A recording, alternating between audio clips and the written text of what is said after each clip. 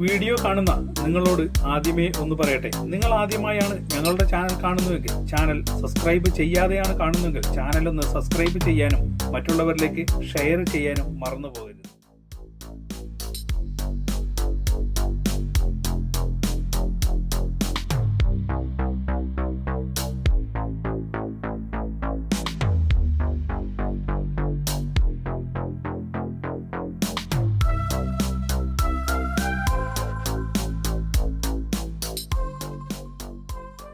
Hi friends, എല്ലാവർക്കും സ്വാഗതം എൻ്റെ മറ്റൊരു എപ്പിസോഡിലേക്ക്. ഞാൻ ഇന്ന് നിങ്ങളെ കാണിച്ചു തരാൻ പോകുന്നത് കുടജാദ്രിയിലെ കാഴ്ചകളാണ്. കുടജാദ്രി മലനിരകളും കുടജാദ്രിയിലെ കാഴ്ചകളുമാണ് ഞാൻ ഇന്ന് നിങ്ങളെ കാണിച്ചു തരാൻ പോകുന്നത്. അപ്പോൾ നമുക്ക് വീഡിയോയിലേക്ക്.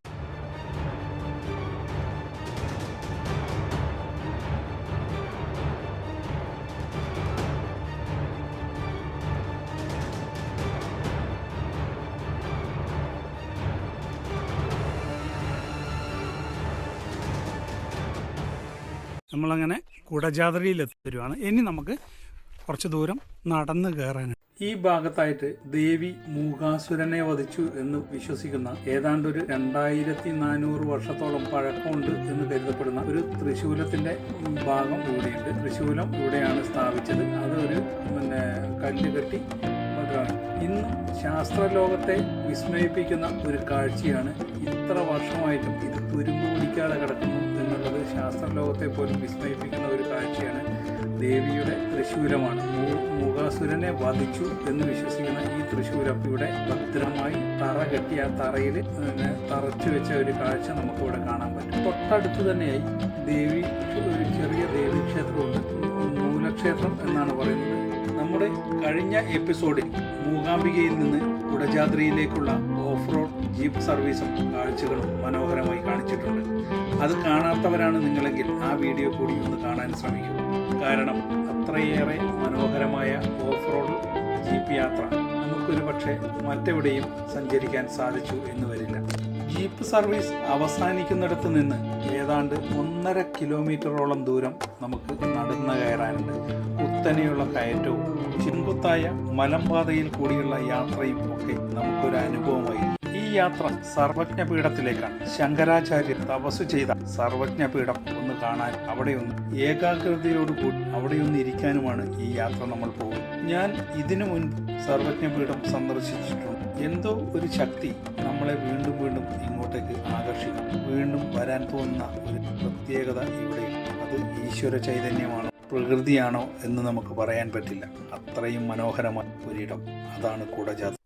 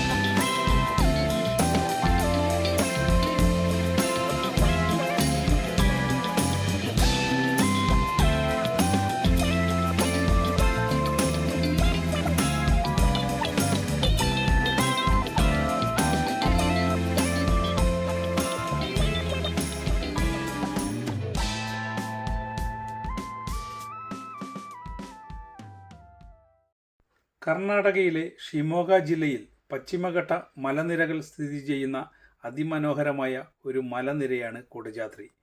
സമുദ്രനിരപ്പിൽ നിന്ന് ഏകദേശം 1343 മീറ്റർ ഉയരത്തിൽ സ്ഥിതി ചെയ്യുന്ന ഈ പ്രദേശം പ്രകൃതി സ്നേഹികൾക്കും തീർത്ഥാടകർക്കും ഒരുപോലെ പ്രിയപ്പെട്ടതാണ്.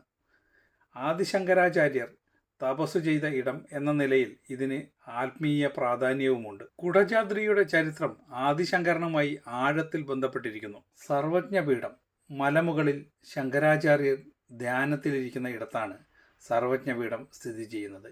കല്ലുകൊണ്ട് നിർമ്മിച്ച ഒരു ചെറിയ സ്മാരകമാണിത്. അതുപോലെ തന്നെ ശങ്കരപീഠവും മൂകാംബികയും തമ്മിൽ ബന്ധപ്പെട്ടിരിക്കുന്ന ഒരു ചരിത്രപരമായ കഥയുണ്ട്.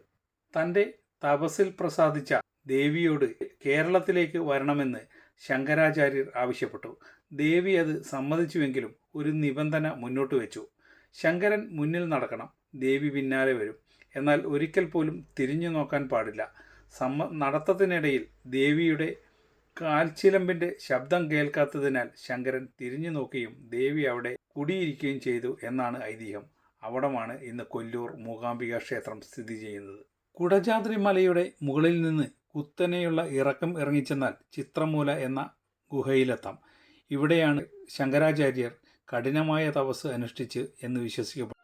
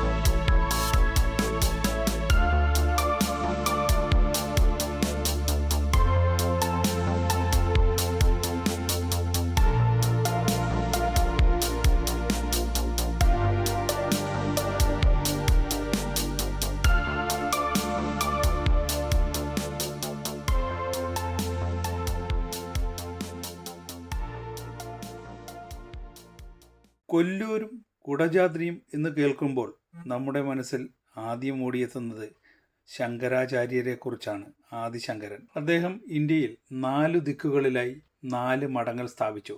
ശൃംഗേരി കർണാടക, പൂരി ഒഡീഷ, ദ്വാരക ഗുജറാത്ത്, ബദരിനാഥ് ഉത്തരാഖണ്ഡ്. മറ്റനേകം സാഹിത്യ സംഭാവനകൾ അദ്ദേഹം നമുക്ക് നൽകിയിട്ടുണ്ട്. ബ്രഹ്മസൂത്രം, ഭഗവത്ഗീത എന്നിവയാണ് അദ്ദേഹം രചിച്ച ഉപനിഷത്തുകൾ.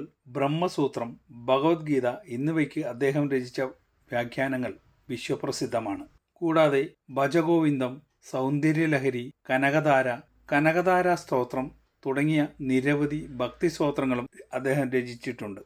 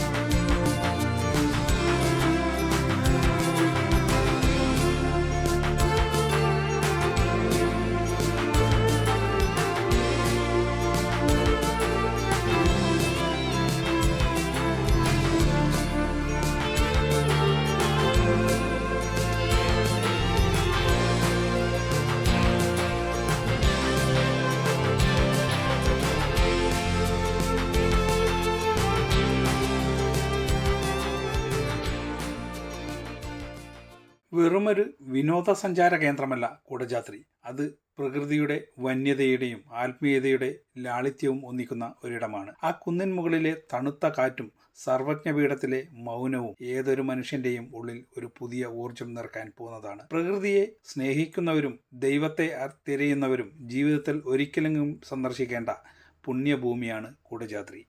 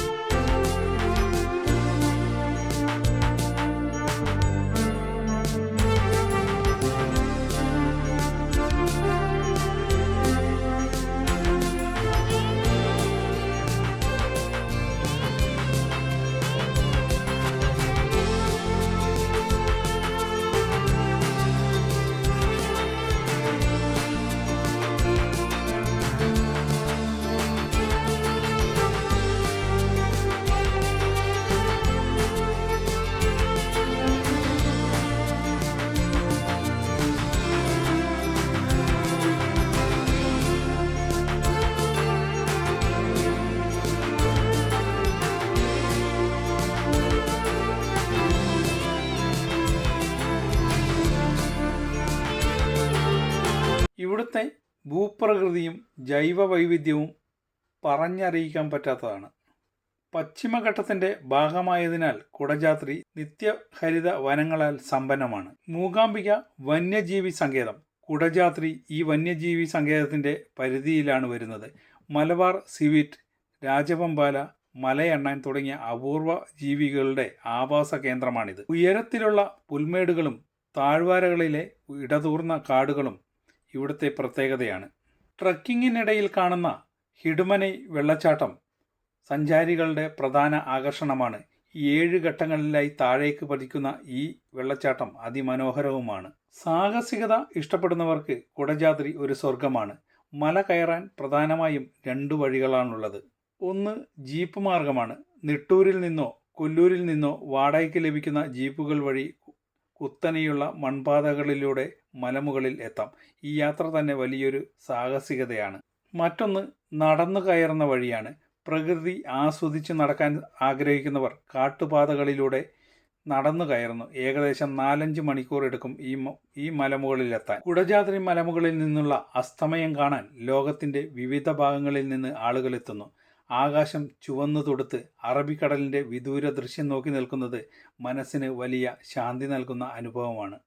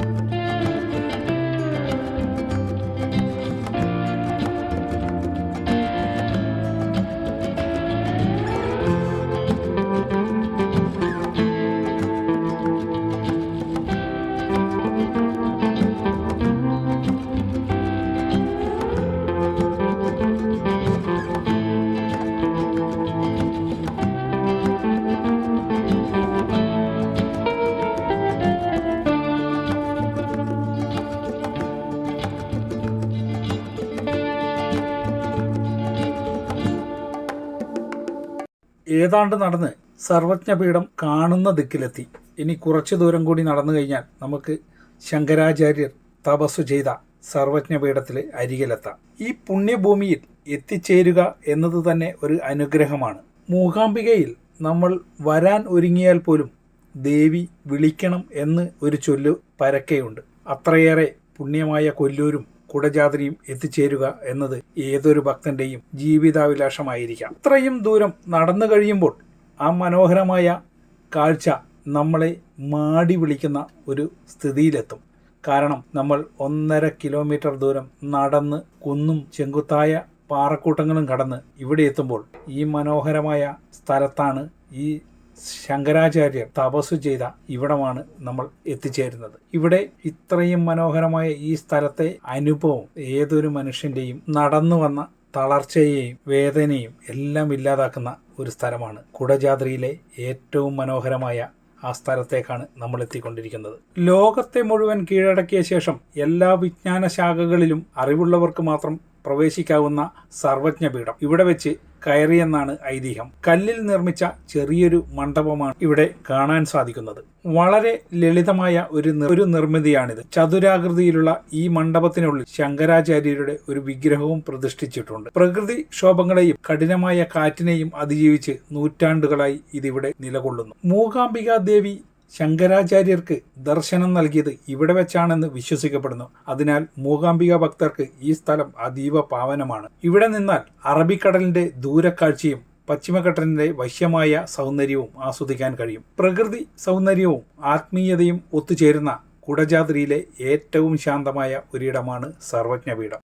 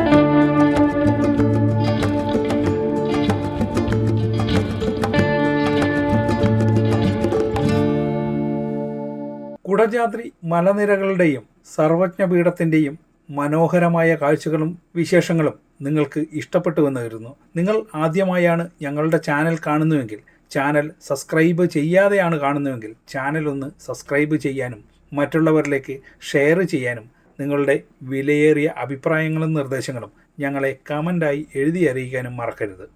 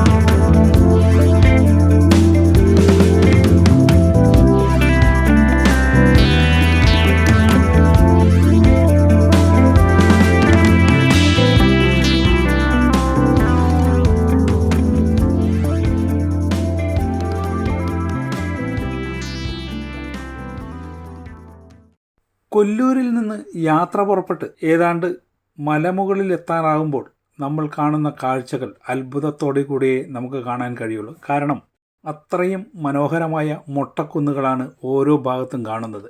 മൂകാംബിക ക്ഷേത്രത്തിൽ വരുന്ന ഏതൊരു ഭക്തനും തീർച്ചയായും സന്ദർശിക്കേണ്ട ഒരു സ്ഥലമാണ് കുടജാദ്രി. ഓഫ് റോഡും കൂടെ കൂടുമ്പോൾ നമ്മൾക്ക് തരുന്ന ഒരു അനുഭൂതി വേറെ തന്നെയാണ്. ഈ ചെമ്മണ്ണ് നിറഞ്ഞ ഈ പാതയിൽ കൂടി കുടജാദ്രി മലയുടെ മുകളിലെത്തുമ്പോൾ ഏതാണ്ട് നമ്മൾ മടുത്ത ഒരവസ്ഥയിലായിരിക്കും. പക്ഷേ നമ്മൾ അവിടെ എത്തി കുടജാദ്രിയുടെ നെറുകയിൽ നിന്ന് താഴോട്ട് നോക്കി കാണുന്ന കാഴ്ചകളും ആ മൊട്ടക്കുന്നുകളുടെ മുകളിൽ നിന്നുള്ള മനോഹരമായ കാഴ്ച നമ്മളെ ആനന്ദിപ്പിക്കും. കാരണം അത്രയേറെ പ്രയത്നിച്ചാണ് ഓരോ ഭക്തനും ഈ മലമുകളിലെത്തുന്നത്. കുടജാദ്രിയിൽ ഒരു പക്ഷേ ഏറ്റവും കൂടുതൽ മലയാളികളായിരിക്കും എത്തുന്നത്. കാരണം മൂകാംബിക എന്ന് പറയുന്നത് ഓരോ കേരളീയൻ്റെയും ആത്മസായുജ്യമടയുന്ന സ്ഥലമാണ്. കാരണം ശങ്കരാചാര്യരായിരിക്കാം അതിനൊരു കാരണം. ആദിശങ്കരൻ തപസ്സിരുന്ന കുടജാദ്രി മലയിലുള്ള ഏതാണ്ട് 10 കിലോമീറ്ററോളമാണ് ഈ മൺ റോഡുള്ളത്. ഇതിൻ്റെ പല ഭാഗങ്ങളും ഇപ്പോൾ വീണ്ടും പുനഃക്രമീകരിച്ചു കൊണ്ടിരിക്കുന്നുണ്ട്. കാരണം പൊടി നിറഞ്ഞ സ്ഥലവും ജീപ്പുകൾ പോയി പൊടി നിറഞ്ഞ സ്ഥലമാണ് മിക്ക സ്ഥലത്തും. ഇവിടുത്തെ ഡ്രൈവർമാരെ സ്തുതിച്ചേ പറ്റുള്ളൂ. കാരണം എന്താണെന്ന് വെച്ച് കഴിഞ്ഞാൽ ഈ പൊടിമണ്ണ് നിറഞ്ഞ പാതയിൽ കൂടി അങ്ങോട്ടും ഇങ്ങോട്ടും ജീപ്പ് പോകുമ്പോൾ അവർ ഓണടിച്ചും പരസ്പരം സൈഡൊക്കെ കൊടുത്ത് മനോഹരമായി ആ യാത്ര ആസ്വദിച്ചു കൊണ്ടാണ് ചെയ്യുന്നത്. പല സ്ഥലത്തും ചെങ്കുത്തായ കയറ്റങ്ങളാണ്. ഈ കയറ്റങ്ങളിൽ കൂടി ജീപ്പ് കടന്നു പോകുമ്പോൾ നമ്മൾ ജീപ്പിനകത്തിരുന്ന് ഒലഞ്ഞു പോകുന്ന കാഴ്ചകൾ കാണാം. എങ്കിലും ആ യാത്ര പലരും ആസ്വദിക്കുന്നുണ്ട്.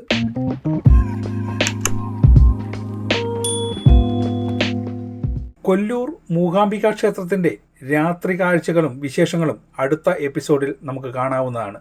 അങ്ങനെ ഈ കാഴ്ചകളുടെ എപ്പിസോഡ് ഇവിടെ വെച്ച് വൈൻഡപ്പ് ചെയ്യുകയാണ്. മറ്റൊരു എപ്പിസോഡിന് വേണ്ടി നമുക്ക് കാത്തിരിക്കാം. Bye bye.